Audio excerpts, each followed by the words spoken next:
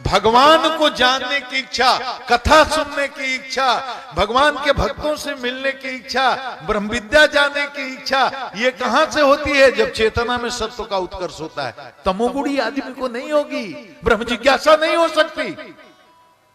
रजोगुणी आदमी को किसी नेता, मंत्री, विधायक, प्राइम मिनिस्टर, प्रेसिडेंट, किसी को भी बड़े से बड़े पद पर बैठा हो, कहिए कि यही कथा सुनिए, व्यवहार का निर्वाह करने लोग जाते हैं, लेकिन 3 घंटा बैठा दीजिए कि कथा सुननी है, बेचैन हो जाएंगे।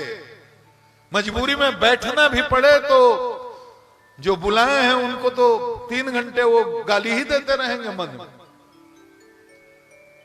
अहंकार होता है, लेकिन सतोगुण में भी अहंकार होता है। देखो ऐसे समझो, मन है, बुद्धि है, चित्त है, अहंकार है, अहंकार के बाद आत्मा, तो ये अंतःकरण में ये 3 लेयर है। मैया खूब आप लोगों के लायक आज राम जी का जन्म का बहुत प्रसंग अच्छा होगा, 5 मिनट हमको बर्दाश्त कर लो।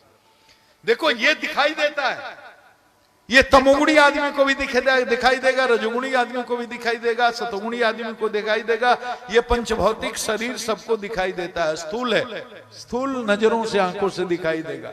इससे ज्यादा सूक्ष्म है अंतःकरण, मन, बुद्धि, चित्त, अहंकार, ये दिखाई नहीं देगा, लेकिन इसके अस्तित्व का अनुभव होता है।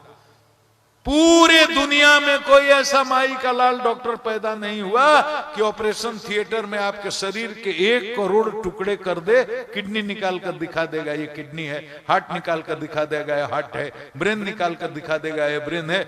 लेकिन कोई माई का लाल ऐसा डॉक्टर पैदा नहीं हुआ कि आपके शरीर के 1 लाख टुकड़े भी करे तो इसमें से निकाल के दिखा दे कि ये आपका मन है, ये आपकी बुद्धि है, ये आपका चित्त है, ये आपका अहंकार है। दिखा सकता है? चिकित्सा विज्ञान की पकड़ के बाहर है अंतःकरण का विज्ञान। वो इतना सूक्ष्म है कि आज के चिकित्सा विज्ञान की पकड़ उस पर नहीं है।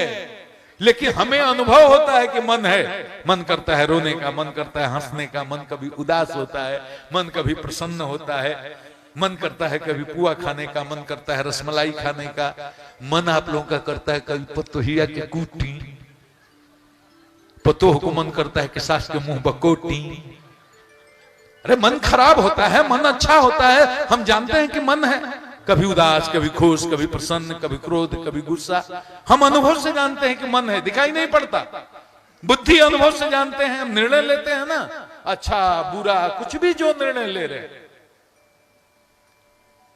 तो बुद्धि भी अनुभव से हम जानते हैं। चित्त अनुभव से जानते हैं कि चित्त है, नहीं तो हम कैसे पहचानेंगे कि विपिन जी हैं हमारे मित्र हैं, प्रेम जी मित्र हैं, ये केदार जी हैं, कैलाश जी हैं हमारे मित्र हैं, ये फलाना आदमी है, ये मेरी माँ है, ये मेरी पत्नी है, ये मेरी बहन है, ये मेरा भाई है, ये मेरा रिश्तेदार है, ये मेरा घर है, ये उनका घर है।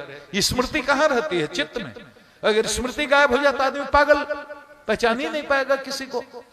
तो मन, बुद्धि, चित्त सबको अनुभव से हम जानते हैं कि हमारे पास है, दिखाई नहीं पड़ रहा है, लेकिन इतना सूक्ष्म है कि दिखाई नहीं पड़ रहा है। ये व्यक्तित्व का दूसरा है, अंतः व्यक्तित्व, ये दूसरा लेयर है।